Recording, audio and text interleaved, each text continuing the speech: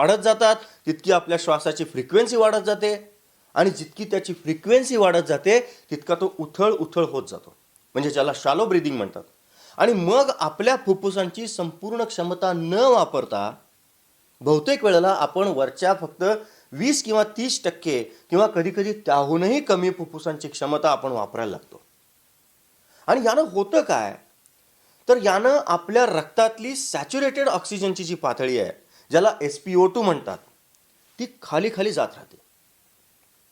आणि मग SpO2 ची पातळी खाली गेली की आपण अजून अँशियस होतो आणि मग आपला श्वास अजून शॅलो होतो. तर ही एक विशियस सायकल आहे आणि ती रक्ताच्या, आपल्या ऑर्गन्सच्या आणि एकूणच शरीराच्या आरोग्यासाठी अतिशय घातक आहे. तर हे टाळायचं असेल तर आपण जास्तीत जास्त वेळेला संपूर्ण फुफ्फुसं भरून श्वास घ्यायची सवय लावून घेतली पाहिजे. आणि त्याच्यासाठी आपला श्वास कसा चालू आहे हे आपण सातत्यानं तपासून बघितलं पाहिजे.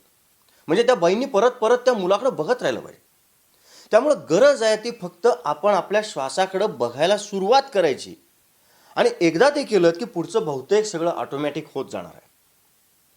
आता सूर्यनमस्कार करताना आपण एका आसनातून दुसऱ्या आसनामध्ये जाताना एका ठराविक पद्धतीने श्वास घ्यायचा आहे, एका ठराविक पद्धतीने श्वास सोडायचा आहे.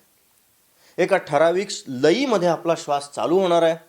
आपला डायफ्रॅम ओपन होतोय, क्लोज होतोय, यावर आपलं सगळं लक्ष केंद्रित असणार आहे की त्यानं आपलं विचारचक्र थांबत जाणार आहे, हळूहळू होत जाणार आहे.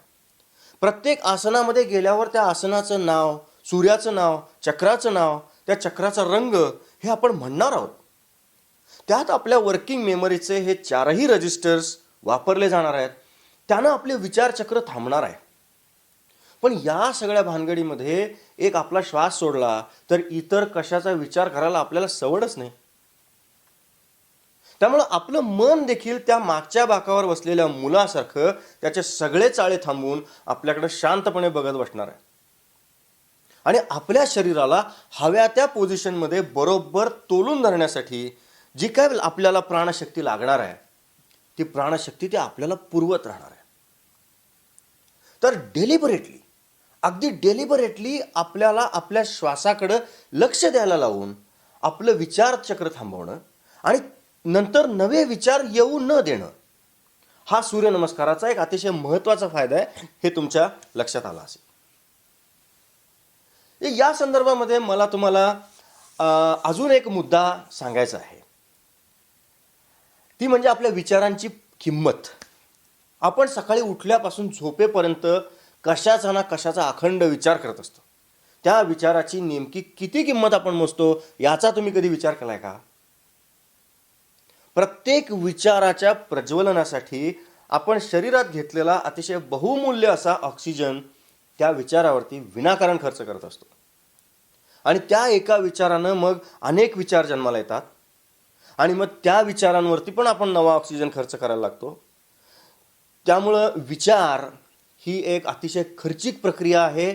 त्याचे शरीरावर दुष्परिणाम होणार आहे ते वेगळंच, पण नुसती त्यांची वापरलेल्या ऑक्सिजनची किंमत जरी आपण लक्षात घेतली तरी देखील आपल्याला हे किती खर्चिक प्रकरण आहे याची कल्पना येऊ शकेल. असं बघा, ऑक्सिजनच्या एका नळकांड्याला $50 लागतात. तर आपल्याला एका दिवसभरासाठी साधारणपणे ऑक्सिजनची तासाला एक प्रमाणे 24 नळकांडे लागतील. म्हणजे आपण असा विचार करा, आपण दिवसाला 24 नळकांडे ऑक्सिजन घेतोय आत्ताही, तर एका दिवसात पुरेल एवढ्या ऑक्सिजनची किंमत झाली आपली $1200, म्हणजे साधारण 90,000 ते 1,00,000 रुपये. म्हणजे आता तुम्ही विचार करा की तो ऑक्सिजन किती महाग आहे. एक दिवसाला 1,00,000 रुपये. आणि आता तुमच्या हे लक्षात घेऊ द्या की thought is for the wealthy आणि breath is for the healthy. त्यामुळं आपल्याला ब्रेथकडे लक्ष द्यायचं आहे आणि थॉट कमी कमी करायचं आहे.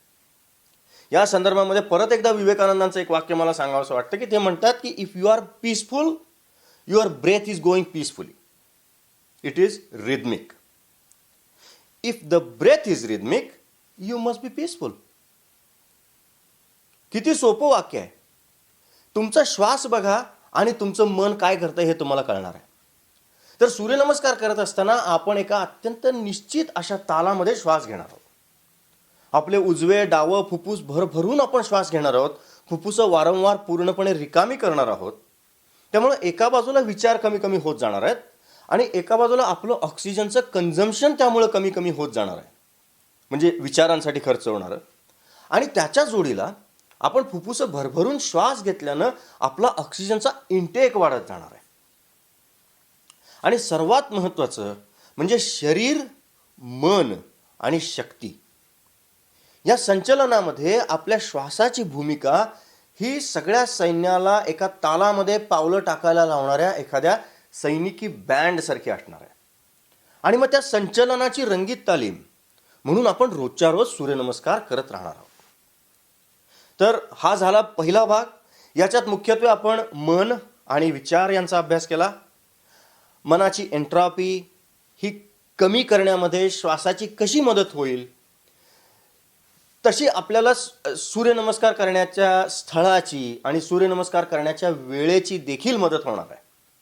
तेव्हा आपण थोडासा सूर्यनमस्कार करायचं स्थळ आणि त्याची वेळ किंवा काळ यांचा देखील थोडासा विचार करूया.